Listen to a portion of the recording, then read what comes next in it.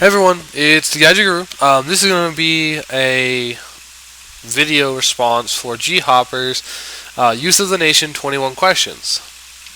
If you don't know what that is, I'll put a link to it in the not sidebar, but down below. So go ahead and go take a look at that if you don't know what this is. A lot of you know what it is because a lot of you are subbed to him, so you should know what it is. First question: what is your name? My synonymous name is actually DaGadgetGuru. More people know me by that name in the Yu-Gi-Oh community than people know my real name. My real name is Timothy Huckey. I was born in San Diego, California. I currently reside in Hell's Gate, Arizona. Not really. I mean, it's Prescott, Arizona, but it's pretty horrible. Really hot and not very good Yu-Gi-Oh tournaments. I mean, I had to go to PV or something for those, so that's where I am from. I'm doing these questions a little bit out of order. I'm just trying to answer them as the best I can. I'm 20 years old right now. I turned 20 on January 7th. This year, obviously. It's already passed. So I'm 20. Born in 1991, obviously. Just, that's who I am, where I'm from, and how old I am.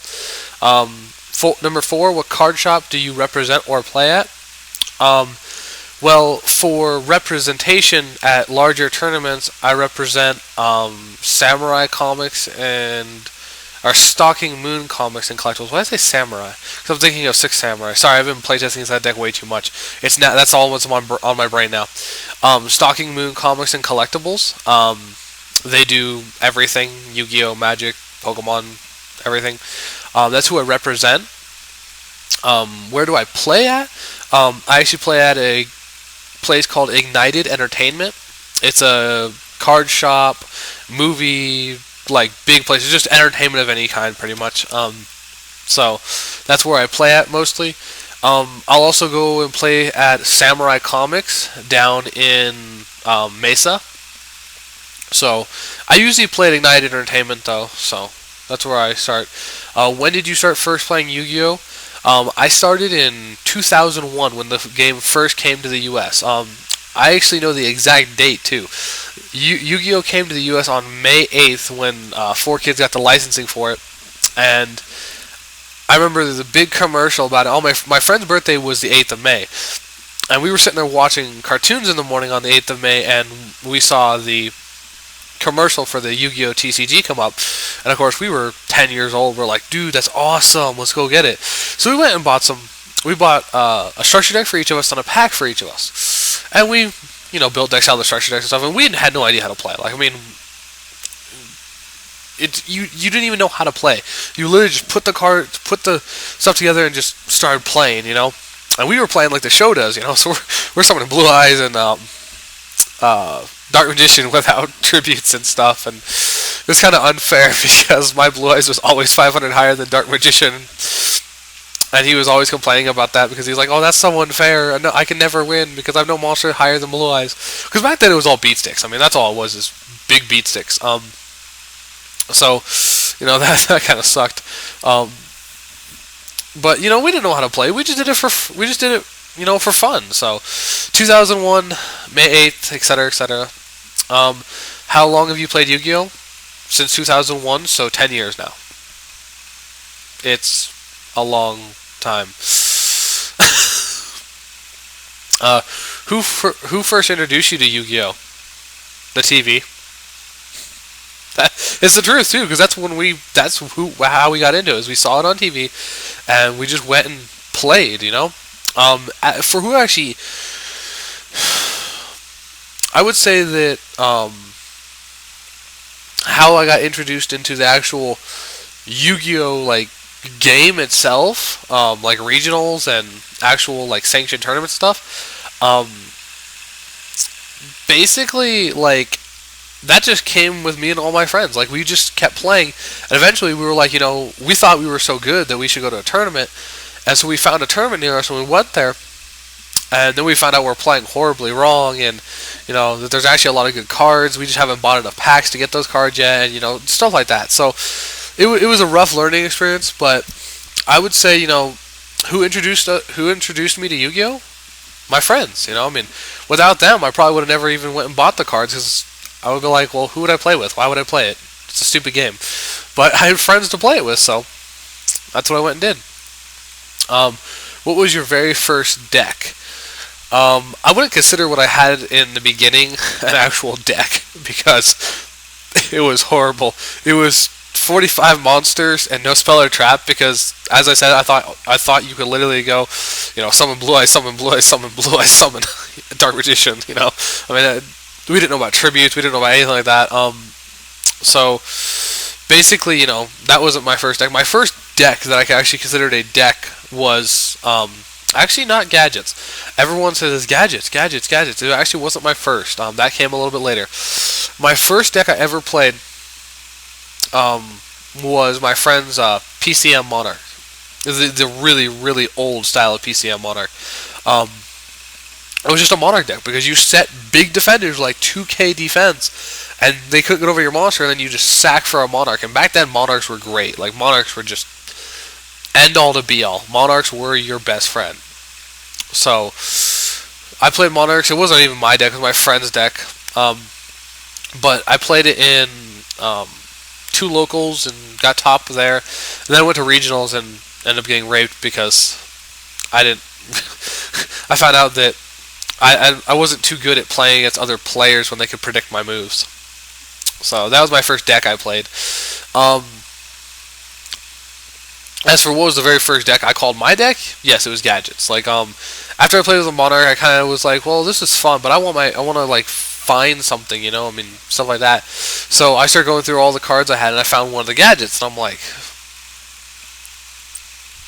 I wonder, how many are there? So I started searching through me and my friends' cards, and we found, you know, the 3 gadgets, and I'm like, I found 3 of each, and I'm like,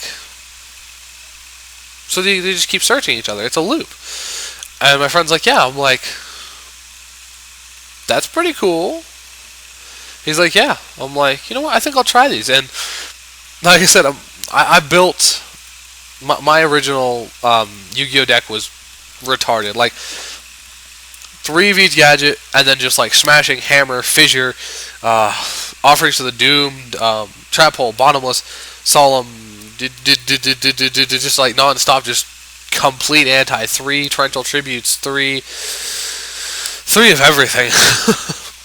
Because that's, I mean, back then that's what that was. You know, I summon a gadget, I play smashing ground, I destroy your monster, I attack you. You know, I mean, that's what it was.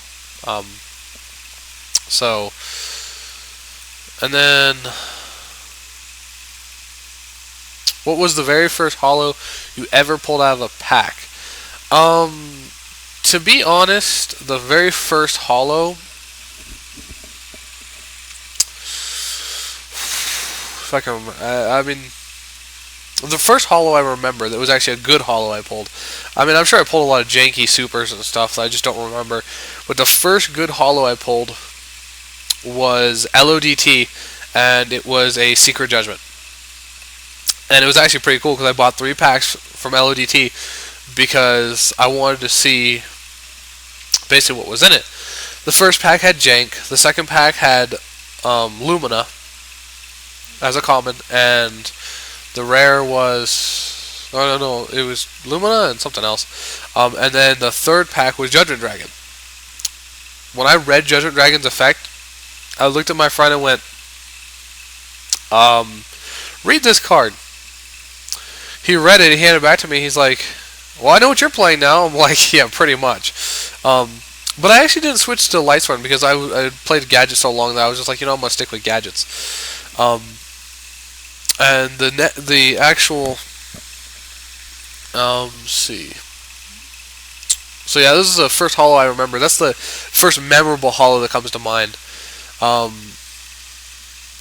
you a part of a Yu-Gi-Oh team? Yes, I am. I am part of Team VIP, which stands for, it's an acronym, stands for Virtually Indestructible Players. And why we do that is because we pride ourselves on players who do not play main meta, and we play decks that are really hard to kill. We have 1 gadget player. We have 1, I don't know what you call him. I mean, I guess you could call him an ass, but he just plays really broken like OTK decks, like battery OTK and stuff like that. I mean, he just plays off the wall decks that are not main meta, but they're broken. So I don't know what you'd call him. I guess a secondary meta player. I don't know. And then we've got a guy who just strictly plays Blackwings. Like, I mean, he was a before they were considered tier 1 decks, he played them. Even at now when they're considered bad, he plays them. I mean, he no matter what, Blackwings is his deck. He's the same way with Blackwings as I'm with Gadgets. He will not let that deck go. Like I've seen people offer him ridiculous amounts of money. Like back in the whole Vayu Turbo format, you know, 3 Shaco, 3 Vayu, blah blah blah blah. He actually had his deck, and we went to a regionals together. A dude offered him $1,000 to buy it. $1,000. The deck was only worth like 600, and the dude offered him $1,000 for it. Like straight up, he had the cash right there. And my friend was like, "No, I'm good." Didn't even think about it. He was just like, "No, I'm fine." I was just like, "Damn, dude." So he values his deck just like I do my Gadgets. I mean, you know, that is his deck. Like I said, he's also a really tech player. I mean, it is crazy to see some of the tech he uses. I mean, like, he will just mess you up. Like, you just don't even expect it. Like, you're just playing and you're like, okay, this is standard Blackwing. I'll do this, and he plays some random card, and you're like, what does that do? So, I mean, I like his deck a lot. And he does actually play 3 Solidarity. So, I mean, props to him for that. So that's my team VIP, virtually indestructible players. There is 6 of us at last count. I think one of us quit, so 5. But he only quit because he just doesn't have time anymore. Do you have any Yu-Gi-Oh credentials, regionals tops wins, YCS Shonen Jump tops wins, or nationals tops wins? Regionals, I've got, I don't even know, like hundreds. I mean, literally, like it's retarded. Like, I've topped so many regionals. I don't even bother counting. Like, my friend actually counts all our tops. He's like our scorekeeper in VIP. He counts all our tops.